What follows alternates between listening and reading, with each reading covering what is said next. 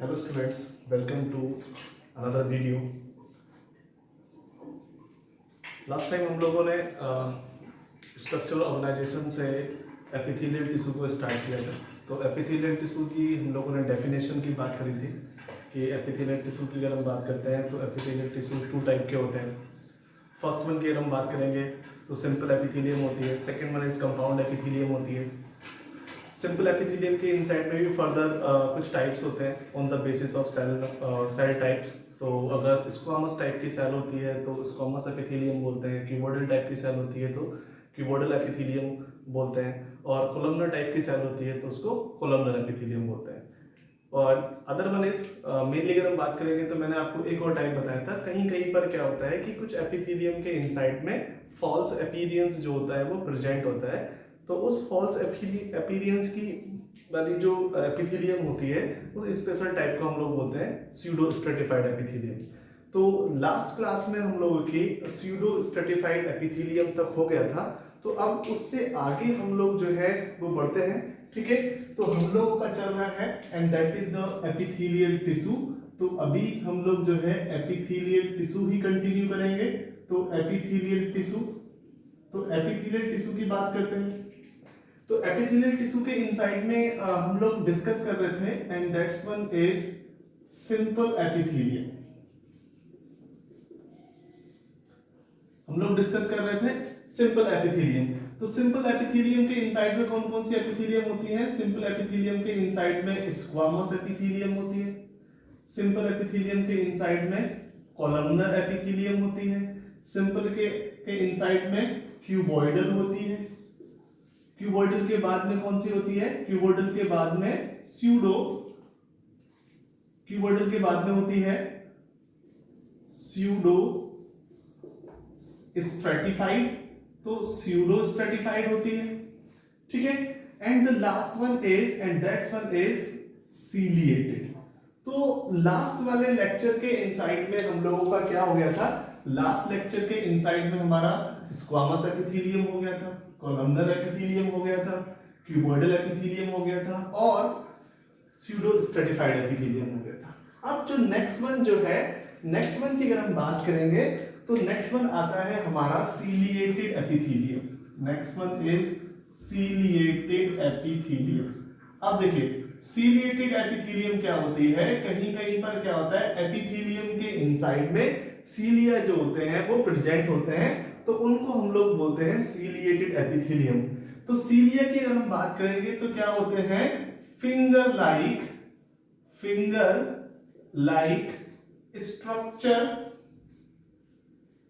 Of cell. Cell की जो plasma membrane होती है, सरफेस होती है, उस पर क्या होते हैं? कुछ फिंगर लाइक स्ट्रक्चर्स प्रेजेंट होते हैं और उस फिंगर लाइक स्ट्रक्चर्स को हम लोग क्या बोलते हैं? And these the finger like structures are called cilia. तो उसको हम लोग बोलते हैं सीलिया।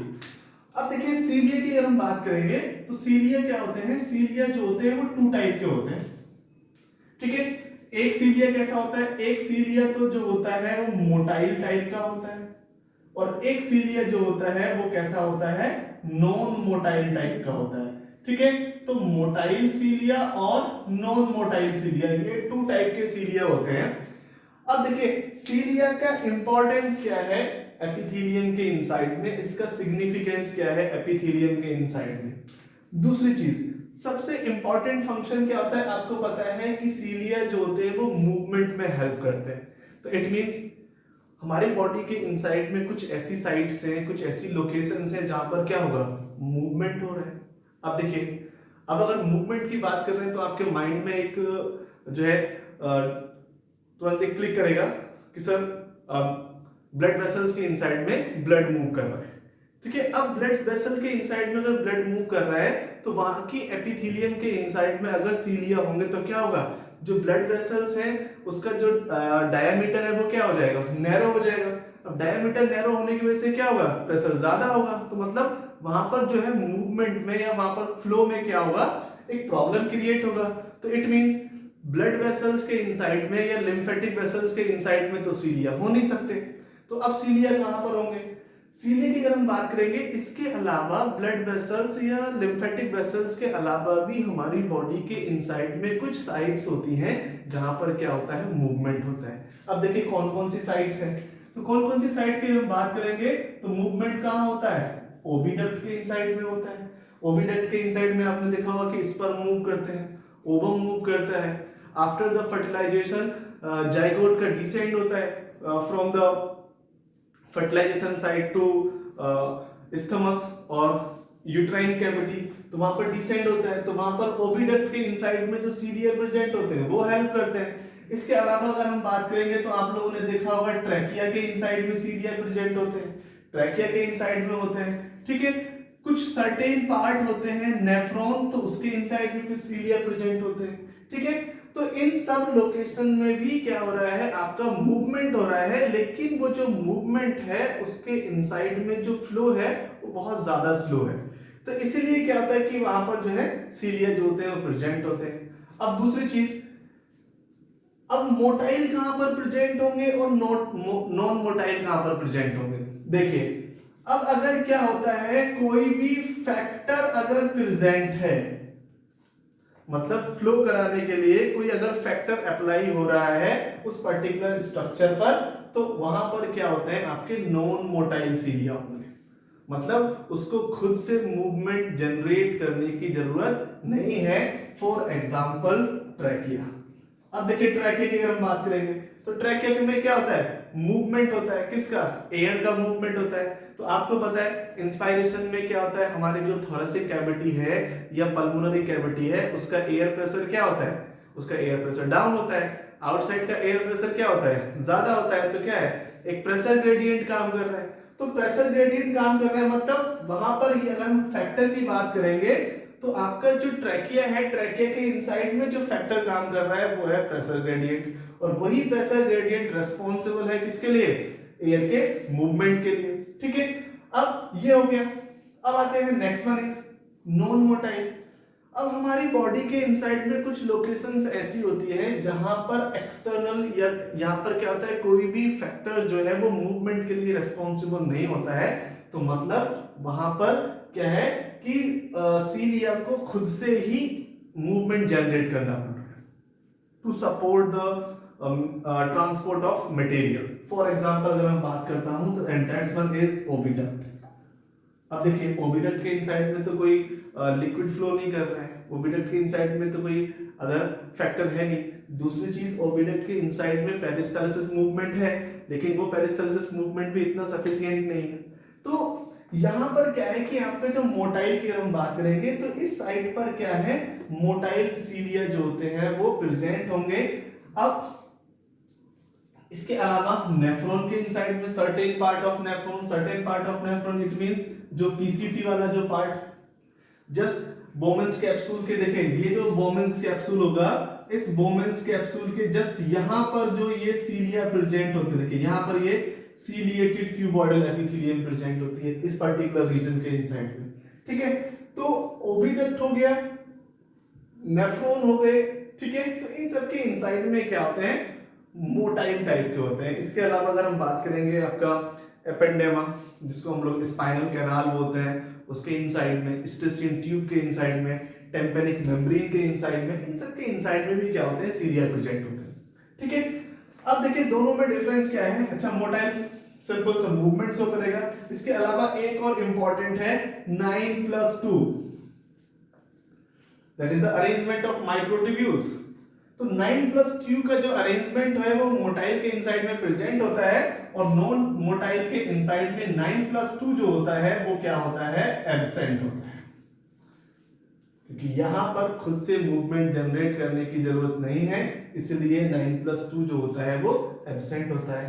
अब ये 9+2 का क्या फंडा है, देखिए अब अगर आप क्या करें, किसी भी मूवेबल सीलिया के स्ट्रक्चर को या फ्लैजेला के स्ट्रक्चर को अगर आप उसका ट्रांसफर सेक्शन कट करते हैं तो आपको कुछ इस टाइप का अरेंजमेंट मिलेगा। तो क्या है कि ये 9 माइक्रोट्यूब्यूल्स जो होती हैं वो पेरिफेरी में प्रेजेंट होंगी लाइक दिस, ठीक है।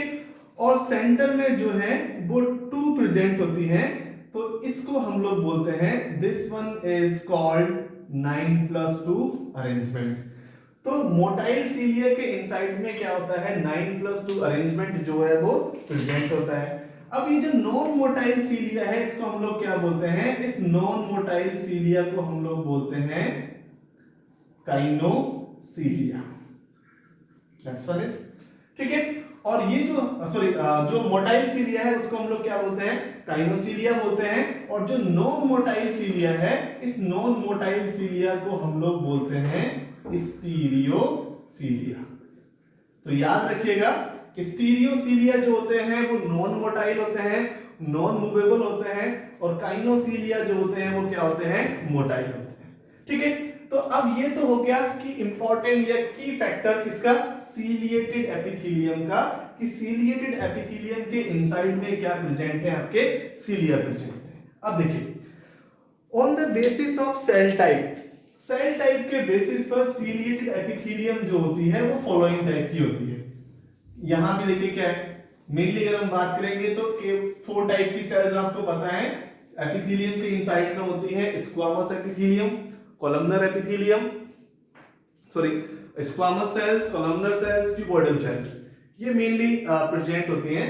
तो यहां पर क्या होता है, सीलिएटेड एपिथेलियम के इनसाइड में क्या होता है कि आपका स्क्वामस सेल जो होती है वो प्रेजेंट नहीं होती है। इट मींस कि सीलिएटेड एपिथेलियम जो होती है, अब ये 2 टाइप की हो जाएगी। सीलिएटेड एपिथेलियम कितने टाइप की होगी, सीलिएटेड एपिथेलियम जो है वो 2 टाइप की होगी। कौन कौन से टाइप होंगे, देखिए फर्स्ट टाइप, तो ऑन द बेसिस ऑफ किसके ऊपर है, on the basis of cell type के बेसिस पर। ठीक है, तो 2 टाइप की सेल हैं। तो पहली सेल हो गई हमारी क्यूबॉइडल सेल। अब अगर क्या है, क्यूबॉइडल एपिथेलियम के इनसाइड में अगर क्या हो जाए, सीलिया निकल के आ जाए, तो उसको हम लोग बोलेंगे सीलिएटेड क्यूबॉइडल एपिथेलियम। अब बात करते हैं नेक्स्ट वन की अगर हम बात करेंगे तो नेक्स्ट वन आ गया हमारा कॉलमनर। ठीक है, तो कॉलमनर सेल भी हो सकती है। अब अगर कॉलमनर एपिथेलियम के इनसाइड में क्या आ जाए, सीलिया आ जाए, तो उसको हम लोग बोलेंगे सीलिएटेड कॉलमनर एपिथेलियम। इसके अलावा एक और क्या हो सकता है, एक और हो सकता है, and that's one is pseudo stratified.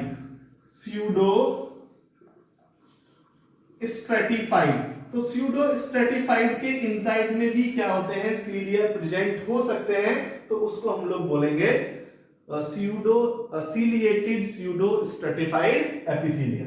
देखिए, अब अगर मैं सबके डायग्राम बनाऊं तो आपको कुछ इस टाइप से दिखेगा।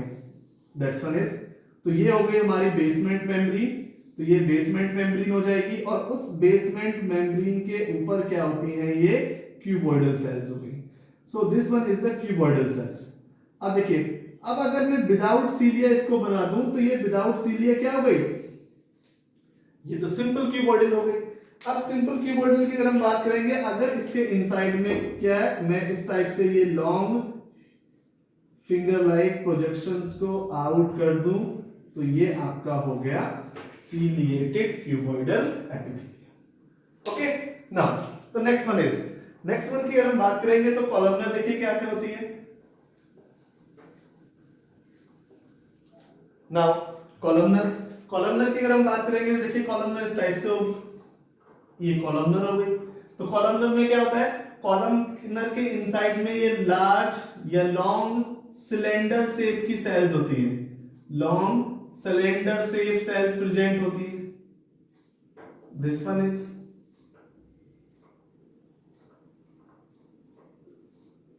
और अनदर इंपॉर्टेंट की फैक्टर क्या है कि इसके इनसाइड में बेसल न्यूक्लियस होता है, ये तो बेसल न्यूक्लियस हो गया, और ये क्या हो गई हमारी, ये हो गई basement membrane, and this one is the basement membrane. Okay, ठीक है, तो अब इस फॉर्म में अगर मैं इसको देखूंगा तो इस फॉर्म में क्या हो गई, इस फॉर्म में तो ये सिंपल कॉलमनर हो गई। अब इसके इनसाइड में अगर मैं क्या करूं, यहां पर ये इस टाइप से अगर सीलिया को बाहर निकाल दूं, तो ये क्या हो गई हमारी सीलिएटेड कॉलमनर एपिथेलियम हो गई। Okay, so ciliated cuboidal epithelium, ciliated columnar epithelium. अब एक और बचता है हमारा क्या, सीलिएटेड स्यूडो स्ट्रेटिफाइड एपिथेलियम। देखिए ये कैसी है, एनसीईआरटी के इनसाइड में कुछ इस टाइप का डायग्राम दिया हुआ है। तो यहां पर क्या होती है आपकी ये लाइक दिस, इस टाइप से सेल्स प्रेजेंट होती हैं।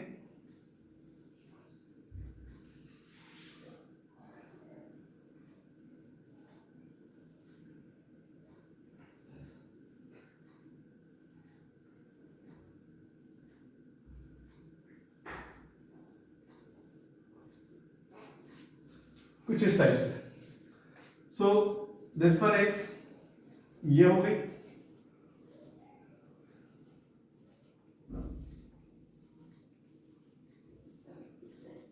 Like this. तो ये हो गई हमारी स्यूडो स्ट्रेटिफाइड एपिथेलियम। अब स्यूडो स्ट्रेटिफाइड एपिथेलियम के केस में कहीं पे भी आपको इसका जो नेम है वो क्या मिल सकता है, स्यूडो स्ट्रेटिफाइड कॉलमनर एपिथेलियम मिलता है। Why it is called the pseudo stratified columnar epithelium?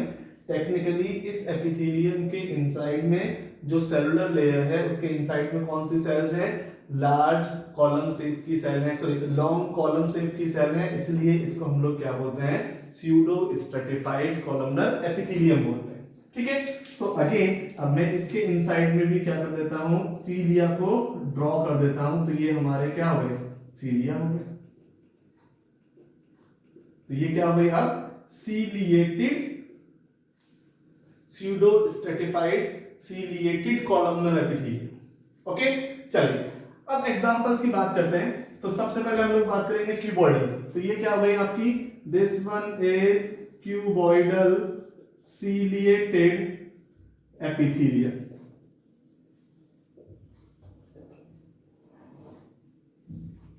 Okay, this one is cuboidal ciliated epithelium. और इस क्यूबॉइडल सीलिएटेड एपिथेलियम की अगर हम बात करेंगे तो क्या है, and this one is certain part of nephron. Nephron का जो सर्टेन पार्ट है, इट मींस जो पीसीटी वाला जो पार्ट है उसके इनसाइड में क्या होता है, सीलिएटेड क्यूबॉइडल सीलिएटेड एपिथेलियम जो होती है वो प्रेजेंट होती है। अब बात करते हैं नेक्स्ट वन। ठीक है, सीलिएटेड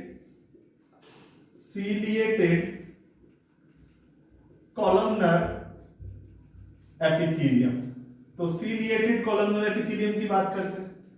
सीलिएटेड कॉलमनर एपिथेलियम के केस में देखिए कौन कौन से एग्जांपल हैं, इसके एग्जांपल की बात कर लेते हैं हम।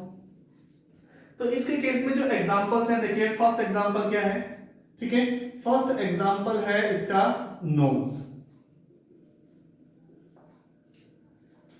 नोज के इनसाइड में, या फिर आप क्या बोल सकते हैं, नेजल कैविटी।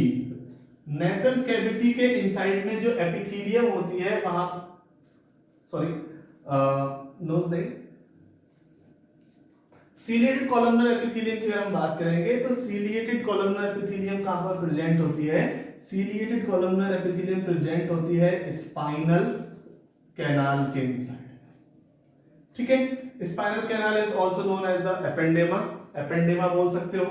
इसके अलावा अगर हम बात करेंगे ब्रेन वेंट्रिकल, ब्रेन वेंट्रिकल के इनसाइड में होती है, ब्रेन वेंट्रिकल्स में होती है। इसके अलावा अगर मैं बात करता हूं और टिम्पैनिक मेम्ब्रेन पर होती है, टिम्पैनिक मेम्ब्रेन के इनसाइड में होती है। तो टिम्पैनिक मेम्ब्रेन में होगी स्टेसियन ट्यूब, जो आपके मिडिल ईयर को फेरिंग्स के साथ में कनेक्ट करती है, उसको हम लोग क्या बोलते हैं, स्टेसियन ट्यूब बोलते हैं, स्टेसियन ट्यूब ईटीसी। इन सब के इनसाइड में क्या होता है। अच्छा, एक और इंपॉर्टेंट एग्जांपल है जो एनसीईआरटी के इनसाइड में मेंशन किया हुआ है, and this one is oviduct. तो ओविडक्ट ईटीसी, इन सब के इनसाइड में क्या होती है, सीलिएटेड कॉलमनर एपिथेलियम प्रेजेंट होती है। अब बात करते हैं, now the next one is, and this is pseudo stratified ciliated columnar epithelium।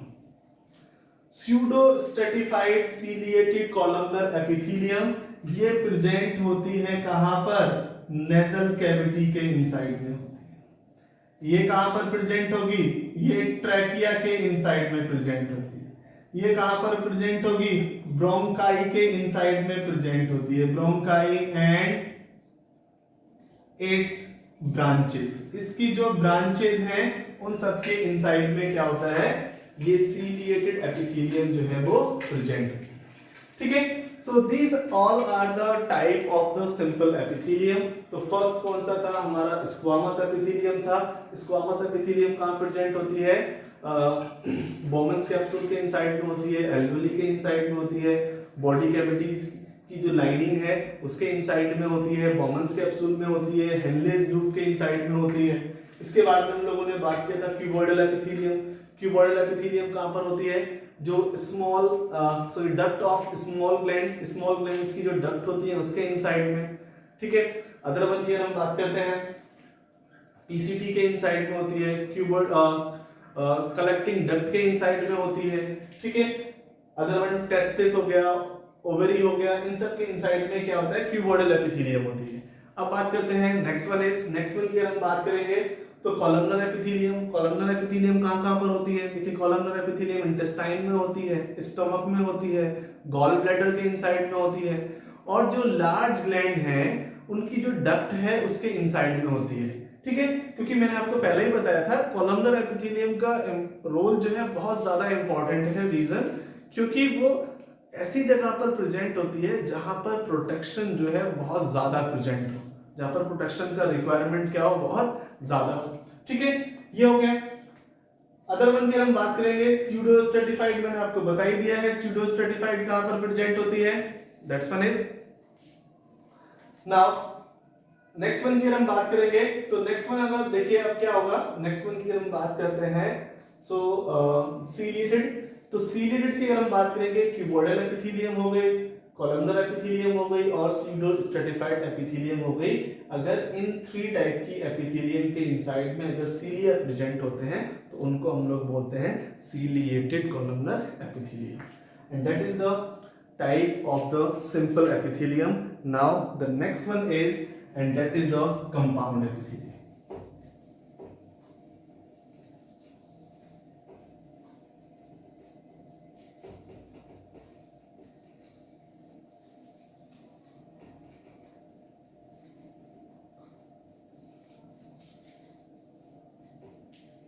Now the next one is compound epithelium.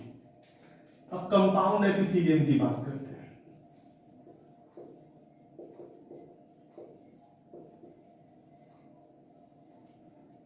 Okay, सो मैंने आपको बताया था डिफरेंस क्या होता है सिंपल एपिथेलियम में और कंपाउंड एपिथेलियम में।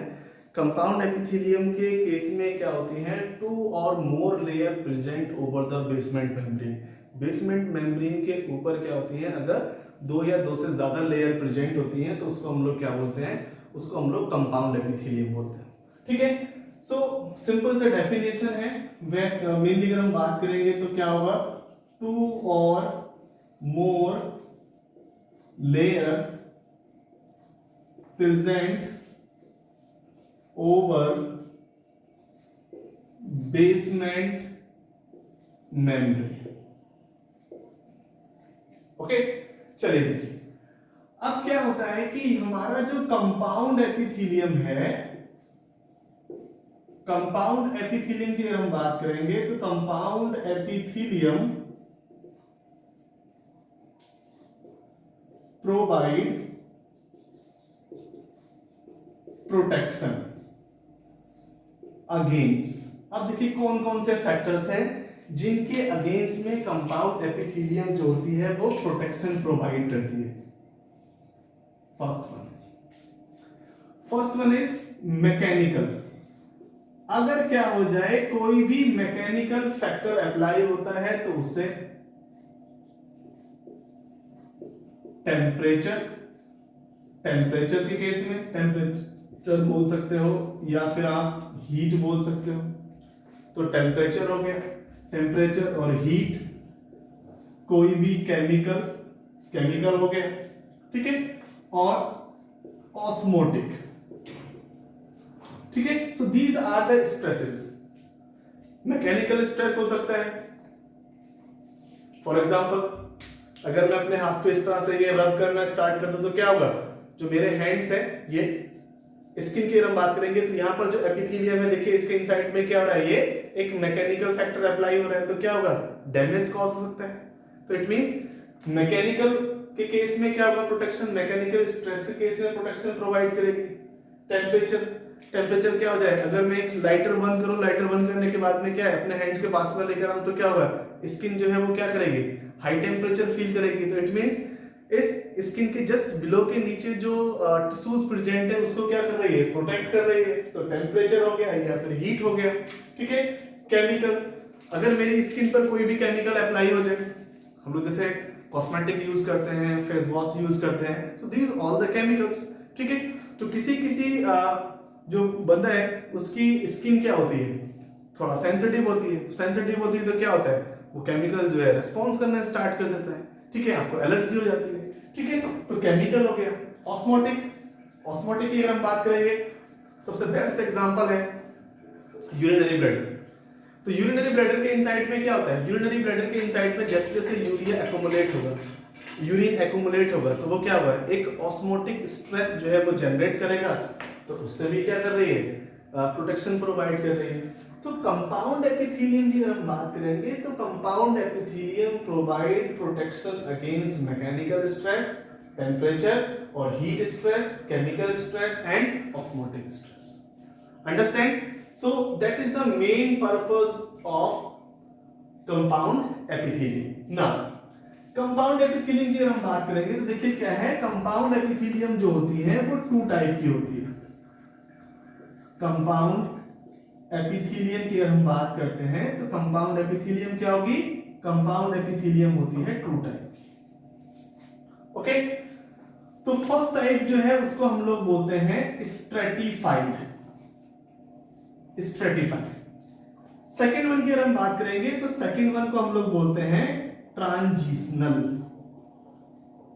तो स्ट्रेटिफाइड एपिथेलियम और ट्रांजिशनल एपिथेलियम, तो ये टू टाइप की एपिथेलियम होती है, ठीक है। अब देखिए, तो स्ट्रेटिफाइड की हम बात करते हैं तो यहां पर क्या होगा, याद रखिएगा, multiple layer present over basement membrane.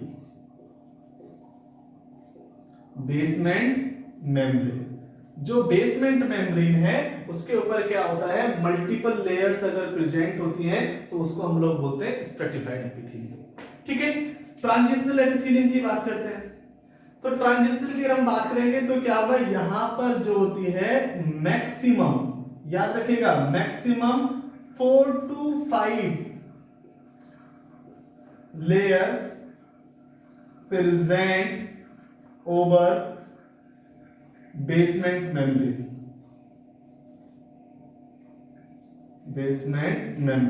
ठीक है। तो अगर 4 से 5 लेयर प्रेजेंट होती है तो उसको हम लोग बोलते हैं ट्रांजिशनल, और अगर क्या होता है मल्टीपल लेयर प्रेजेंट होती है तो उसको हम लोग बोलते हैं स्ट्रेटिफाइड। एक और सबसे इंपॉर्टेंट कैरेक्टर है कि इसके इनसाइड में क्या होता है, ये लेस इलास्टिक होती है।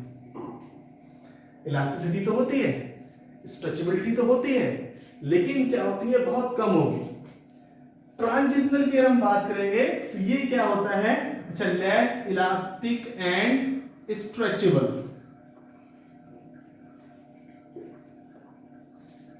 ठीक है।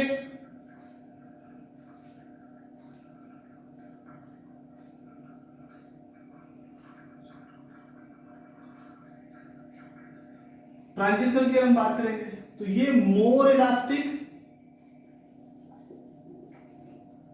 And stretchable, that's one.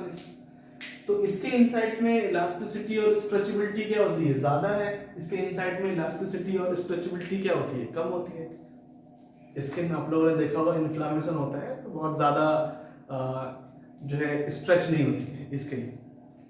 लेकिन अगर हम बात करेंगे ट्रांजिशनल एपिथेलियम कहां पर होती है, यूरिनरी ब्लैडर में। जैसे जैसे यूरिन जो है वो क्या होगा, एक्यूमुलेट होगा।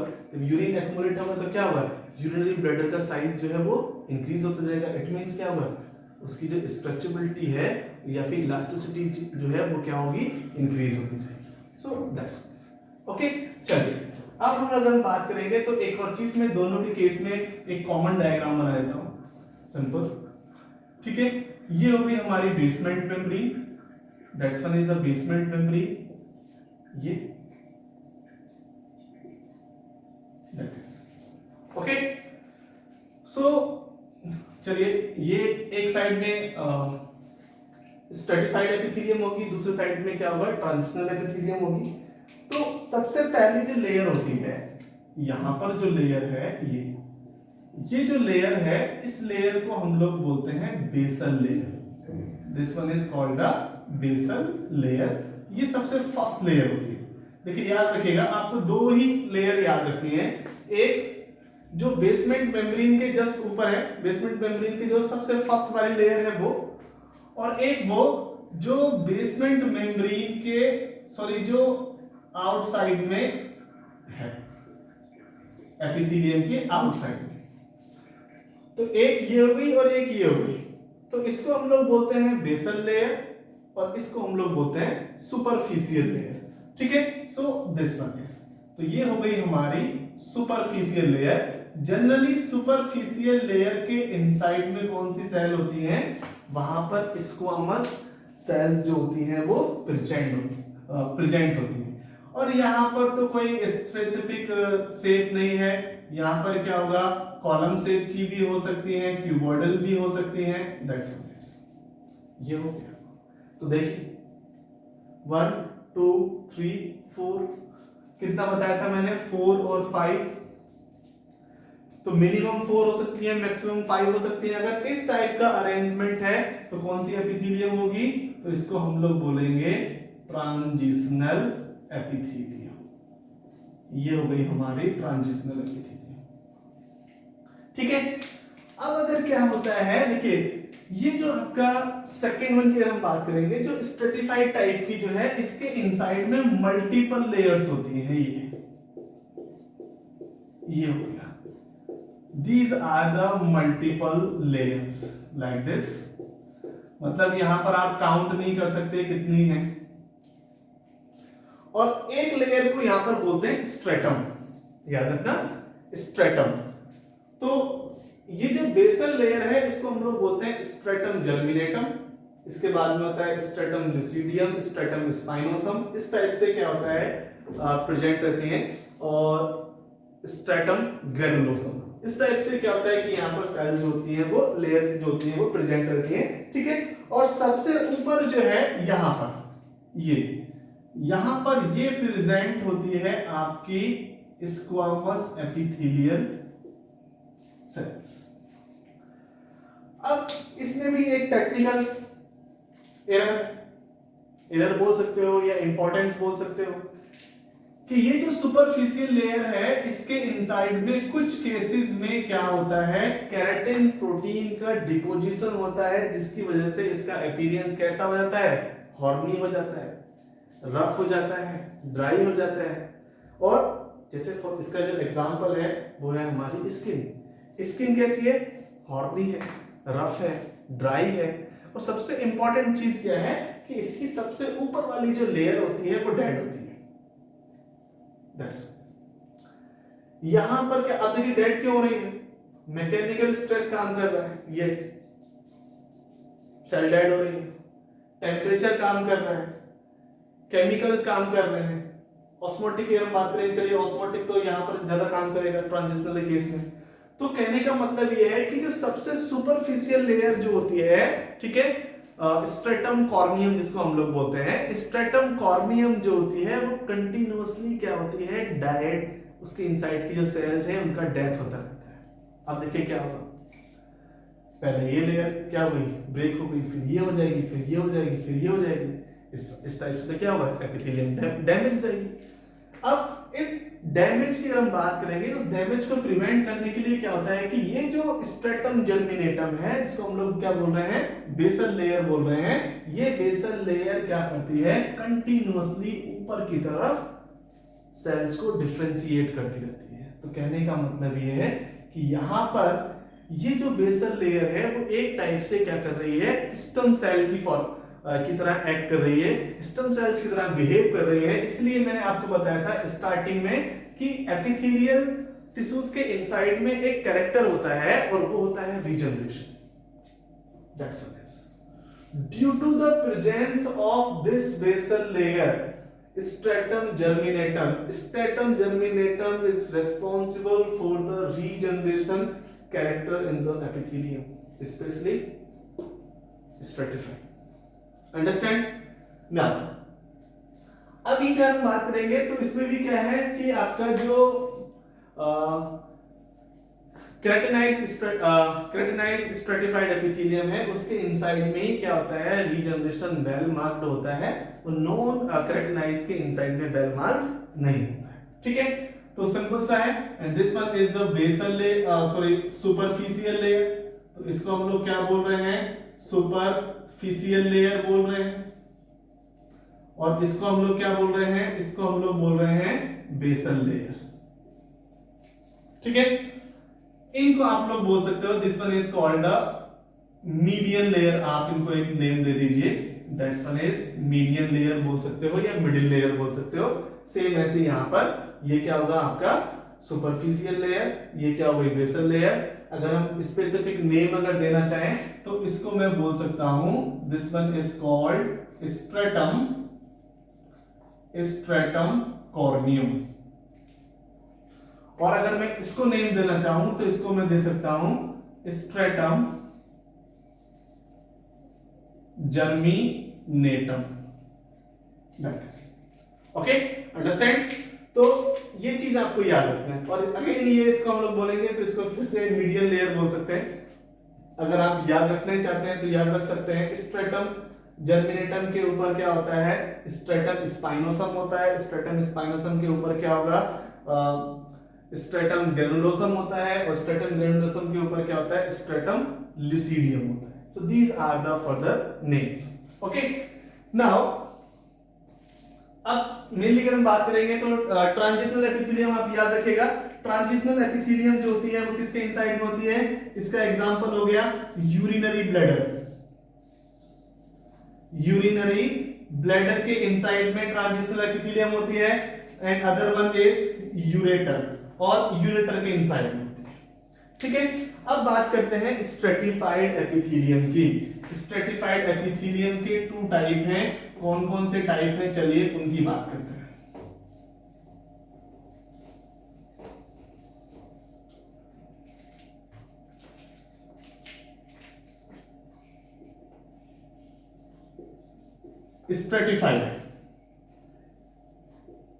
स्ट्रेटिफाइड एपिथेलियम की बात कर रहे हैं हम लोग। ठीक है, तो स्ट्रेटिफाइड एपिथेलियम जो होता है, देखिए टू टाइप का होता है।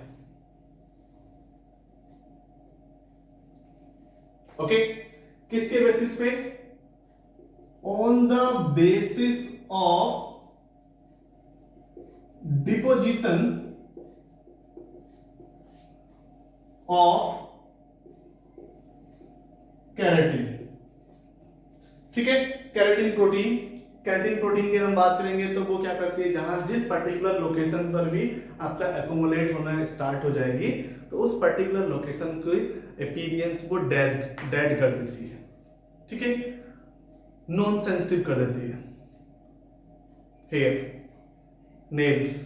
ठीक है, तो आप लोगों ने देखा होगा हेयर्स की अगर हम बात करें, बार्बर शॉप पे हम लोग जाते हैं, गर्ल्स ब्यूटी पार्लर्स में जाते हैं, हेयर कट कराती हैं, पेन होता है, नहीं होता है। ठीक है, हमारे नेल्स जब वो थोड़ा सा स्किन से आउट होकर बाहर आ जाते हैं, आप उसको नेल कटर से कट करते हो, क्या होता है, पेन होता है, नहीं होता है। दैट्स व्हाई, क्योंकि सेल्स क्या है, ऑलरेडी डेड है, और उसके इनसाइड में क्या हो गया है, केराटिन प्रोटीन का डिपोजिशन हो गया है। इसलिए क्या होता है कि अगर हम अपने हेयर्स को कट करें तो पेन नहीं होता, नेल्स को कट करें तो भी पेन नहीं होता है। So that's why. ऐसे ही आपका ये जो स्किन है, स्किन की अगर हम बात करेंगे तो सबसे ऊपर की जो लेयर होती है वो कैसी होती है, डेड लेयर होती है। ठीक है, उसका रीजन ये है क्योंकि वहां पर केराटिन प्रोटीन जो होती है वो डिपॉजिट होती है। तो इसीलिए क्या होता है, जो फर्स्ट टाइप है उसको हम लोग बोलते हैं keratinized stratified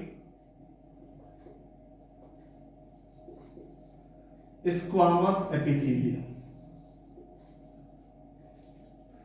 Keratinized stratified squamous epithelium and other one is here. तो ये हो जाएगा आपका non keratinized stratified squamous epithelium. ठीक है, तो keratinized stratified squamous epithelium and non keratinized stratified squamous epithelium, ये टू टाइप की स्ट्रेटिफाइड एपिथेलियम होती है। चलिए अब बात करते हैं कौन सी कहां पर प्रेजेंट होती है, इसको और आप देख लीजिए। ठीक है, केराटिनाइज की हम बात करेंगे तो केराटिनाइज जो होती है ये प्रेजेंट होती है आपकी स्किन के इनसाइड में। जो हमारी स्किन है, स्पेशली जो स्ट्रेटम कॉर्नियम है, उसके इनसाइड में क्या होता है, केराटिन प्रोटीन का डिपोजिशन होता है। तो स्किन के इनसाइड में क्या होती है, केराटिनाइज्ड स्ट्रेटिफाइड स्क्वामस एपिथेलियम होती है। अब बात करते हैं नॉन केराटिनाइज्ड की। ठीक है, तो नॉन केराटिनाइज्ड कहां पर होती है, आपकी जो ओरल कैविटी है उसके इनसाइड में। ठीक है, फेरिंग्स वाला जो रीजन है उसके इनसाइड में। ठीक है, जो रूफ है हमारी, roof of buccal cavity, buccal cavity की जो हमारी रूफ है उसके इनसाइड में। ठीक, ईसोफेगस, ईसोफेगस के इनसाइड में। ठीक है, वेजाइना के इनसाइड में, ETC। तो इन सब के इनसाइड में क्या है, नॉन केराटिनाइज्ड स्ट्रेटिफाइड एपिथेलियम जो होती है वो प्रेजेंट होती है। And these are the type of the compound epithelium. तो टू टाइप के टाइप होते हैं, स्ट्रेटिफाइड और ट्रांजिशनल। ट्रांजिशनल जो होती है वो कहां पर प्रेजेंट होती है, वो यूरिनरी ब्लैडर में प्रेजेंट होती है, इसलिए ट्रांजिशनल एपिथेलियम को हम यूरोथेलियम भी बोलते हैं। इसको नोट डाउन कर लीजिएगा। The transitional epithelium of urinary bladder is also known as the urothelium. ठीक है, so that's one. So these are the type of the epithelial tissue. तो ये हमारा epithelial tissue का जो segment है वो क्या हो गया है, complete हो गया है। अब थोड़ा सा आप एक और जो last topic है epithelial tissue का, वो और आप देख लीजिए, and that's what is called the specialized epithelium। Specialized epithelium। What is called the specialized? देखिए एपिथेलियम है लेकिन कैसी है, specialized. It means it shows the some specific quality, कुछ स्पेशल कैरेक्टर प्रेजेंट होगा, कुछ स्पेशल क्वालिटी प्रेजेंट होगी, इसलिए हम लोग क्या बोल रहे हैं, इसको स्पेशलाइज्ड एपिथेलियम बोल रहे हैं। ठीक है, तो इसके इनसाइड में सबसे पहले जो आती है आपकी, and that's one is germinal epithelium. कौन सी आती है, जर्मिनल एपिथेलियम। जर्मिनल एपिथेलियम की अगर हम बात करेंगे, and this one is modified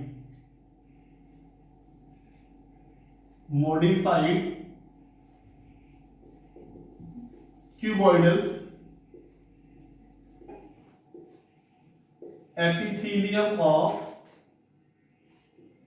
gonads। जो टेस्टिस और ओवरी होते हैं, टेस्टिस और ओवरी की क्यूबॉइडल एपिथेलियम किसमें मॉडिफाइड हो जाती है, जर्मिनल एपिथेलियम में मॉडिफाइड होती है। उसका रीजन ये है क्योंकि उस क्यूबॉइडल एपिथेलियम की जो क्यूबॉइडल सेल्स हैं, वो क्यूबॉइडल सेल्स किसमें मॉडिफाई जाती हैं, जर्म सेल में मॉडिफाई जाती हैं। और उसी जर्म सेल से क्या होता है, स्पर्मेटोजेनेसिस और oogenesis का स्टार्टिंग होता है। ठीक है, सो दैट्स वन। तो ये हो गया जर्मिनल एपिथेलियम, तो याद रखिएगा। Number 2, sensory epithelium.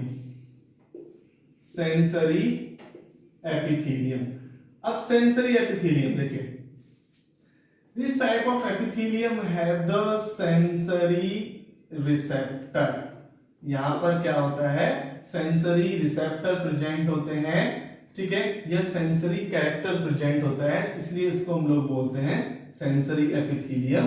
इसके इनसाइड में एक तो आपका आता है ऑल्फैक्टरी एपिथेलियम, ऑल्फैक्टरी एपिथेलियम। तो olfactory epithelium of nose, nose की जो ऑल्फैक्टरी एपिथेलियम है वो किसका एग्जांपल है, सेंसरी एपिथेलियम का एग्जांपल है। आपकी जो टंग है, गस्टेटरी, गस्टेटरी एपिथेलियम, देखिए गस्टेटरी एपिथेलियम के इनसाइड में भी क्या होते हैं, आपके टेस्ट बर्ड्स प्रेजेंट होती हैं, तो वहां भी प्रेजेंट है गस्टेटरी एपिथेलियम, ठीक है। इसके अलावा अगर हम बात करेंगे तो retinal epithelium, retinal epithelium retina के इनसाइड में प्रेजेंट है, तो रेटिनल एपिथेलियम बोल रहे हैं, ठीक है। सो दैट इज अदर वन की अगर हम बात करेंगे, नंबर थ्री क्या हो गई, पिगमेंटेड हो गई, पिगमेंटेड एपिथेलियम। अब अगर क्या हो जाए, आपका पिगमेंट कहीं पर डिपॉजिट हो तो उसको हम लोग क्या बोलेंगे, पिगमेंटेड एपिथेलियम बोलेंगे, ठीक है। And the last one is number 4 and that is the glandular epithelium. कहीं कहीं पर क्या होता है, एपिथेलियम जो होती है वो ग्लैंडुलर फंक्शन शो करती है, इसलिए इसको हम लोग क्या बोलते हैं, ग्लैंडुलर एपिथेलियम बोलते हैं। तो देखिए ग्लैंडुलर एपिथेलियम की अगर हम बात करेंगे तो एनसीईआरटी में कुछ टाइप्स दिए हुए हैं, उनको आप याद कर लीजिए। यूनिसेलुलर, अगर सिंगल सेल ही क्या करे, एक्ट करे एज ए ग्लैंड तो बोलेंगे यूनिसेलुलर, और इसका जो एग्जांपल है वो है गोबलेट सेल, ओके।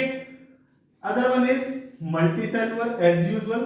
अब क्या होंगी, मल्टीपल सेल्स प्रेजेंट होंगी तो उसको बोलेंगे हम क्या, मल्टीसेलुलर, ठीक है। तो यूनिसेलुलर और मल्टीसेलुलर ये हो गए, ठीक है। मल्टीसेलुलर के इनसाइड में आप पैंक्रियाज लिख सकते हैं, सैलिवरी ग्लैंड लिख सकते हैं, ईटीसी, ये क्या हुई, मल्टीसेलुलर हो गई, ठीक है। अच्छा, इसके अलावा on the basis of pouring nature, pouring nature के बेसिस पर ग्लैंड जो होती हैं वो आपका 4 टाइप की होती हैं। First one is exocrine, second one is endocrine, and third one is heterocrine and paracrine.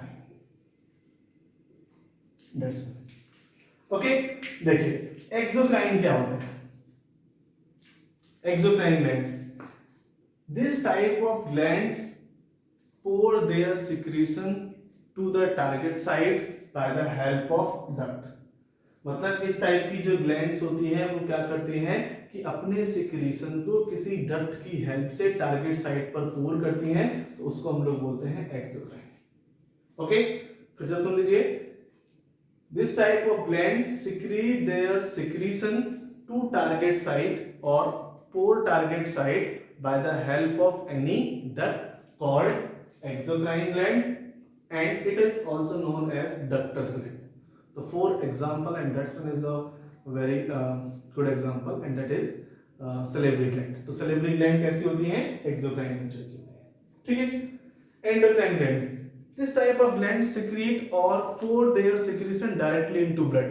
तो इस टाइप की जो ग्लैंड्स होती हैं वो अपने सिक्रीशंस को ब्लड के इनसाइड में डायरेक्टली पोर करती हैं, इसलिए इनको हम लोग क्या बोलते हैं, एंडोक्राइन बोलते हैं। For example pituitary gland, hypothalamus, thyroid, parathyroid, adrenal gland, thymus, etc. तो ये सब के सब किसके एग्जांपल्स हैं, एंडोक्राइन के एग्जांपल हैं, ठीक है। Heterocrine, some glands act as both, yes, some glands shows both endocrine nature as well as exocrine nature is called heterocrine। for example pancreas, pancreas में 2 पार्ट होते हैं, आउटर पार्ट और inner part. Inner part में को हम लोग क्या बोलते हैं, आइसोलेट ऑफ लैंगरहैंस बोलते हैं। तो आइसोलेट ऑफ लैंगरहैंस की अगर हम बात करेंगे उसमें क्या होता है, अल्फा सेल प्रेजेंट होती है, बीटा सेल प्रेजेंट होती है। अल्फा सेल क्या करती है, ग्लूकागोन का सिक्रीशन करती है। बीटा सेल क्या करती है, जो है इंसुलिन का सिक्रीशन करती है। तो वो क्या हो गया, एंडोक्राइन नेचर हो गया। इसके अलावा पैंक्रियास क्या करता है, वेरियस टाइप के पैंक्रियाटिक एंजाइम को रिलीज करता है, ठीक है। पैंक्रियाटिक लाइपेज हो गया, पैंक्रियाटिक अमाइलेज हो गया, ठीक है, काइमोट्रिप्सिन हो गया, ठीक है। तो ट्रिप्सिनोजन हो गया। तो ये सब के सब जो है किसके थ्रू रिलीज होते हैं, पैंक्रियास के आउटर पार्ट के थ्रू रिलीज होते हैं। तो वो क्या हो गया, एक्सोक्राइन फंक्शन हो गया।